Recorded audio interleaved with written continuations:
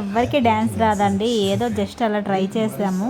దేవుడు పాట పెట్టుకొని ఏదో కోలాటం పట్టుకొని ఏదో ఒక స్టెప్లు వేద్దామని చెప్పి వేసాము.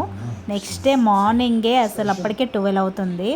ఆ రోజు మార్నింగ్ అన్నదానం ఉంది, అయినా సరే ఇంక ఎంజాయ్ 2 రోజులే కదని చెప్పి ఫుల్గా అయితే ఎంజాయ్ చేస్తామండి.